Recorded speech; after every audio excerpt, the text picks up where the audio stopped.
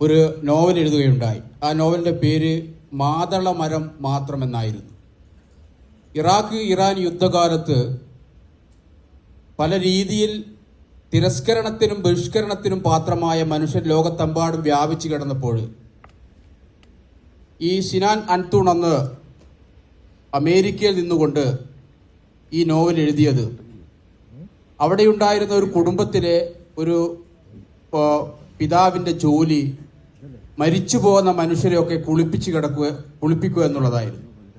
അങ്ങനെ ആ കുടുംബത്തിലെ 7 പേരും ഓരോ ഘട്ടത്തിൽ യുദ്ധത്തിൻ്റെ ഇരകളായി മരണപ്പെട്ടു പോവുകയും അവസാനത്തെ മനുഷ്യൻ ഈ മരണത്തിൽ നിന്ന് രക്ഷ പ്രാപിച്ചുകൊണ്ട് ഇറാഖിലെ അധിനിവേശത്തെ തുടർന്ന് മരിച്ചുപോയ ആയിരക്കണക്കിന് മനുഷ്യരുടെ ശവശരീരങ്ങൾ കുളിപ്പിക്കുകയും ഈ കുളിപ്പിക്കുന്ന വെള്ളമൊക്കെ തന്നെ ഈ മാതള മരത്തിൻ്റെ അടിയിലേക്ക് ചെന്ന് അവസാനിക്കുകയും ചെയ്യുന്നു. അപ്പം ഇങ്ങനെ അധിനിവേശം കൊണ്ട് ഒരു രാജ്യത്തിലെ മുഴുവൻ മനുഷ്യരും ഇങ്ങനെ തീർന്നു പോകുമ്പോൾ ഈ മാതള മരത്തോട് ഈ മനുഷ്യൻ തൻ്റെ മുഴുവൻ കഥകൾ പറയുകയാണ്. ഇത് പ്രവാസത്തിൻ്റെ ഏറ്റവും തീക്തമായ തിരസ്കരണത്തിൻ്റെയും ബഹിഷ്കരണത്തിൻ്റെയും പാർശ്വവൽക്കരണത്തിൻ്റെയും ഭാഗമായി എഴുത്തുകാരിൽ നിന്നുണ്ടാകുന്ന ഏറ്റവും ശക്തമായ ഒരു രചനയാണ്.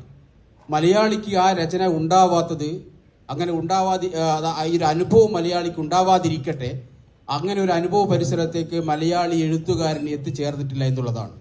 ഒരുപക്ഷെ അതിൻ്റെ ചെറിയൊരു അടയാളം പിന്നെ നമ്മൾ കാണുന്നത് ഡൽഹിയിൽ ഇരുന്നു കൊണ്ട് മുകുന്ദൻ ഡൽഹി എഴുതുമ്പോഴും ആൾക്കൂട്ടവും ആനന്ദിൻ്റെ ഈ പറയുന്ന മരുഭൂമികൾ ഉണ്ടാകുന്നതൊക്കെ വായിക്കുമ്പോൾ അതൊരു കേരളത്തിന് അപ്പുറത്തേക്ക് വികസിക്കുന്ന ഒരു സാംസ്കാരിക ജനതയുടെ സ്വത്വാന്വേഷണങ്ങളുമായി ബന്ധപ്പെട്ടുള്ള അന്വേഷണങ്ങളായ നോവലുകൾ മാറുന്നത് അത് കേരളത്തിന് പുറത്ത് ജീവിക്കുമ്പോഴാണ്. അപ്പം ആ രീതിയിൽ ഉള്ള ഒരു അനുഭവ പരിസരത്ത് നിന്ന് അന്യമായി നിൽക്കുന്ന മലയാളിക്ക് ആ തരത്തിലുള്ള നോവലുകൾ രചിക്കുക എന്നുള്ളത് ഏറ്റവും പ്രയാസപ്പെട്ടൊരു കാര്യമായിട്ടാണ് ഞാൻ ഇന്നും തിരിച്ചറിയുന്നത്. സൽമാൻ റുഷ്ദി വളരെ കൃത്യമായിട്ട് പറയുന്നുണ്ട്. പ്രവാസി അദ്ദേഹം പറയുന്നത് വീണുപോയവരെന്നുള്ളതാണ്.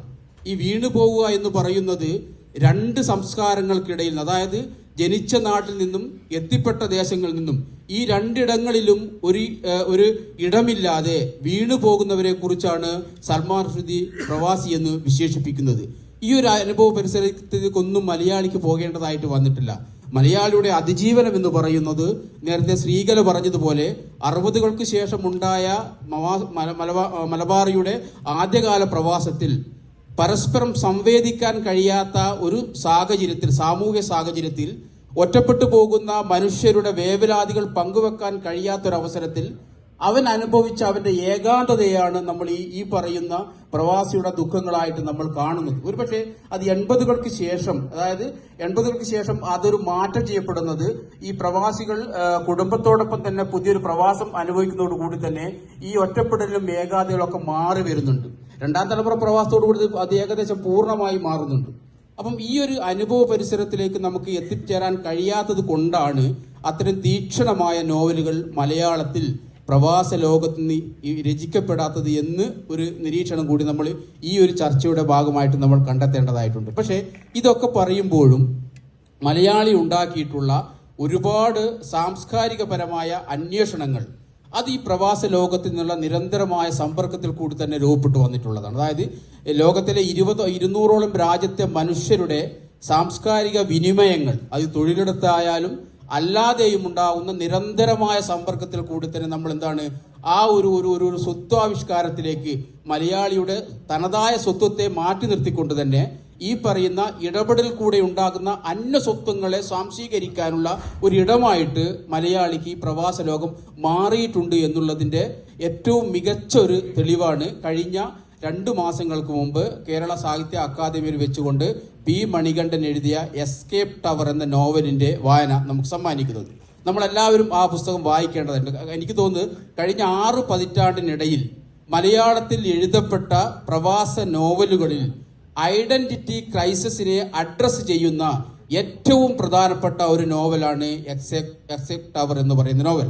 അതിൻ്റെ ഒരു സവിശേഷത എന്ന് പറയുന്നത് ഈ കഴിഞ്ഞ 6ഓളം പതിറ്റാണ്ട് കാലത്ത് ഈ പ്രവാസ ലോകത്ത് സംഭവിച്ചിട്ടുള്ള ഏറ്റവും കാതലായ മാറ്റങ്ങൾ, അതായത് മലയാളിക്ക് മാത്രമല്ല മലയാളികളോടൊപ്പം തന്നെ അറബ് സാംസ്കാരികതയിൽ സംഭവിച്ചിട്ടുള്ള അടിസ്ഥാനപരമായ സ്വത്വപ്രതിസന്ധിയിലെ മുഴുവൻ ആ പുസ്തകം അഡ്രസ് ചെയ്യുന്നുള്ളൂ എന്നുള്ളതാണ്. ഞാൻ ഒന്ന് രണ്ട് കാര്യങ്ങൾ പറഞ്ഞിട്ട് അവസാനിപ്പിക്കാം. ഒന്നാമതായിട്ട് നമ്മളിപ്പോൾ ഇസ്മയിലൊക്കെ പറഞ്ഞതുപോലെ ഈ നമ്മളിലെ മാറ്റങ്ങൾ കാണുമ്പോൾ തന്നെ നമുക്ക് ചുറ്റും സംഭവിക്കുന്ന മാറ്റങ്ങളെ നമ്മൾ എങ്ങനെയാണ് കാണുന്നത് എന്നുള്ളതാണ്.